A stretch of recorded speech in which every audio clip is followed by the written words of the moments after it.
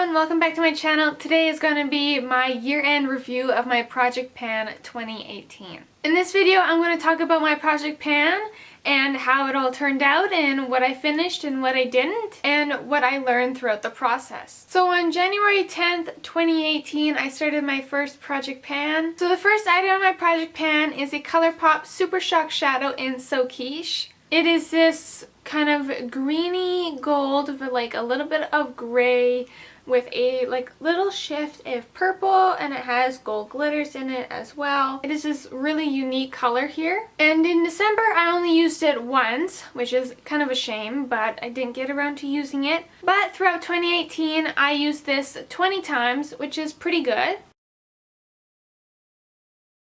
So this is the state it is in now. Throughout 20 uses and being at the end of the year, it is much drier than the previous month and it is really falling apart, but you can see how much we've used because there's pan showing right there. But overall I have had a good experience with this guy here and I did enjoy using it while it was nice and fresh. I do really like its unique color and I'm glad I had it in my project pan because I really got to use it a lot more than I would have it not being in my project pan. Now it's at the end of 2018 and then on my project pan. I might keep using it a little longer, but I think it will ultimately end up in the garbage because it is drying out pretty quickly now. I don't regret purchasing this, but I feel like I would choose a little bit of a different color that I would wear more often because this is a little bit too dark to wear every day and I feel like I don't get enough use out of it just being a really dark color as it is. Yeah, I'm glad I had this in my project pan. Next I have is the ColourPop Super Shock Shadow in Get Lucky. I used this from January all the way to December as well as the previous shadow. This is a neutral tone metallic gold. Throughout the year I used it 42 times and in December I used it 7 times, which is pretty good. And the texture of it is still pretty creamy, not as creamy as it was at the start of the year, but definitely not as dry as the other shadow. And there is the shade right there.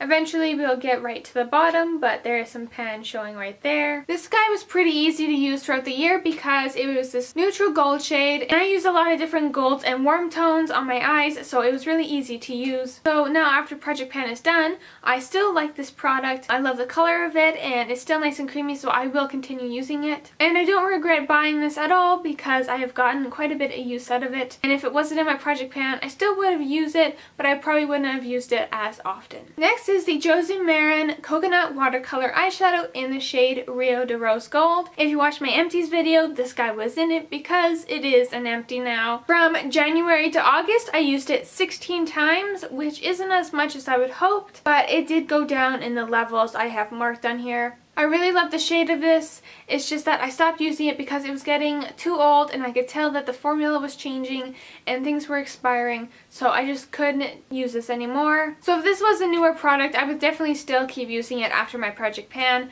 but since it's old, obviously I won't keep using it anymore. And I'm thinking about repurchasing. I'll check and see if they still make this product, but I don't think they do anymore. Otherwise, I probably would pick up another one. So here are some marks throughout the months of how the levels, so I started up here and I finished right down here, so that's pretty good. We used up that big chunk of product, but it's too bad that we still have all of this to go and it has expired. I don't regret putting this in my project pan because I did get to use it before it expired, and if I wouldn't have put this in my project pan, it would have just sat in my drawer most likely and is expired with me not even using it. Next I have the e.l.f. Cream Eyeliner in black. From January to December I used it 45 times and in December I used it 5 times. So at the end of the project pan it's starting to get really dry and it's not as creamy as it first was. I do like this product. I don't like it as a winged eyeliner as you have seen throughout my project pan. It really transfers and it kind of bleeds and it's not great using it that way, but using it as a tie liner works just fine. I do kind of regret purchasing this because I only got to use half of it before it has dried up. When I bought this it kind of just sat in my drawer because I don't usually do winged eyeliner to begin with. So here's the progress on this guy. I don't know if you'll be able to tell, but it has gotten pretty low since the beginning of January. So I'll do a little swatch here with this brush. See, it's still pretty black and pigmented, but it is drying out. Then I have the Boutique Black Eyeliner. I used this all the way from January to December as well, and I used it 68 times. In December, I used it 7 times. So how we were tracking this guy is that there was a logo on the side and it said Boutique, but now it's all gone and there's not even a B left, so that is how much we've used it. This guy was pretty easy to use. I just popped it into my waterline or tight line, and then that's pretty much it, you know, just a black liner. I don't like this product anymore because of the incident I did have with it, and also it is drying up and it's not as pigmented as it once was, and it's not as dark and black as I would like it to be.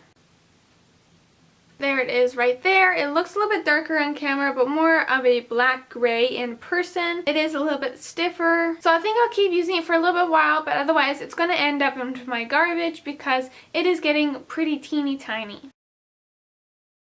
So there it is right there. I would say it's about 2 inches to 1.5 inches tall. And I would not repurchase from this brand again for eyeliners. Then we have the e.l.f. High Definition Under Eye Setting Powder. We used this from January to May, and that is when we finished this guy up. I used it 38 times, and we completed this at the end of May.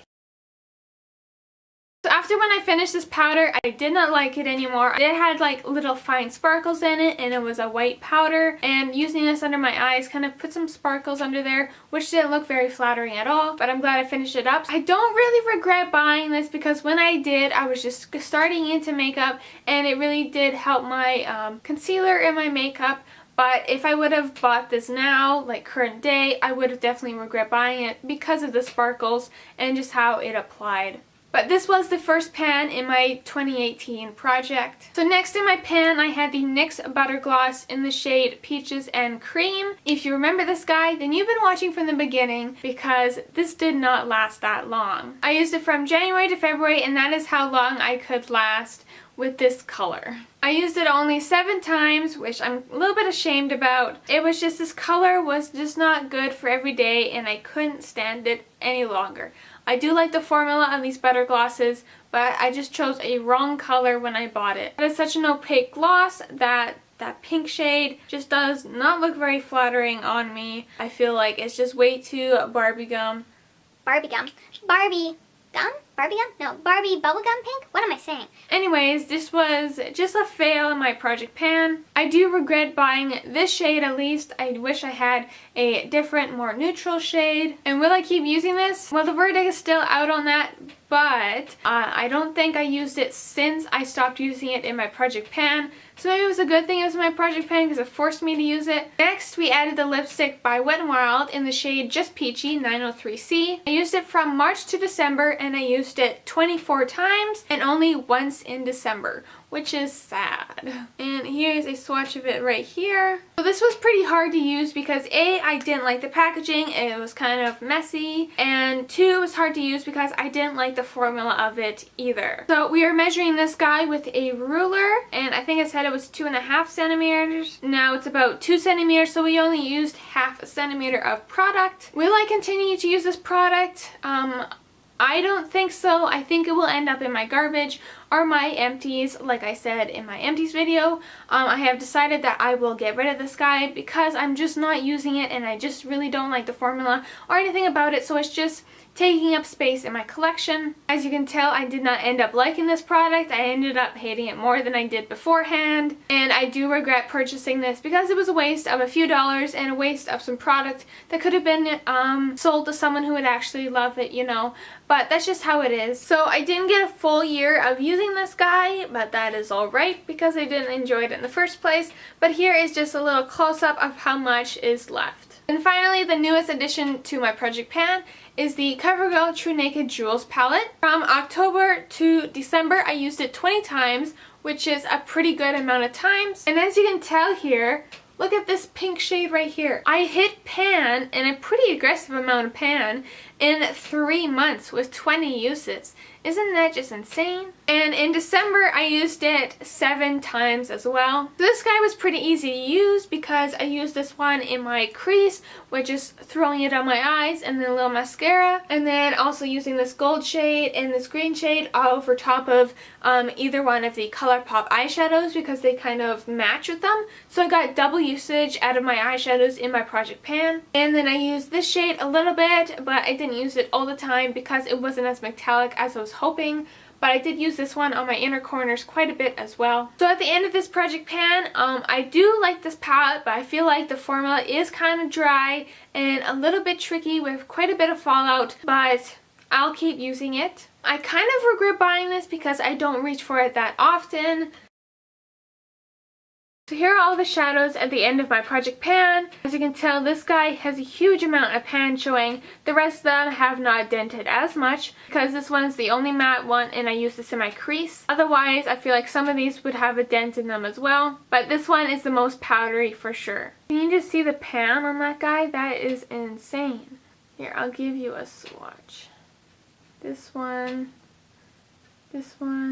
and this one. That's what those look like. And these are the main ones that I used, as well as this white pink shade.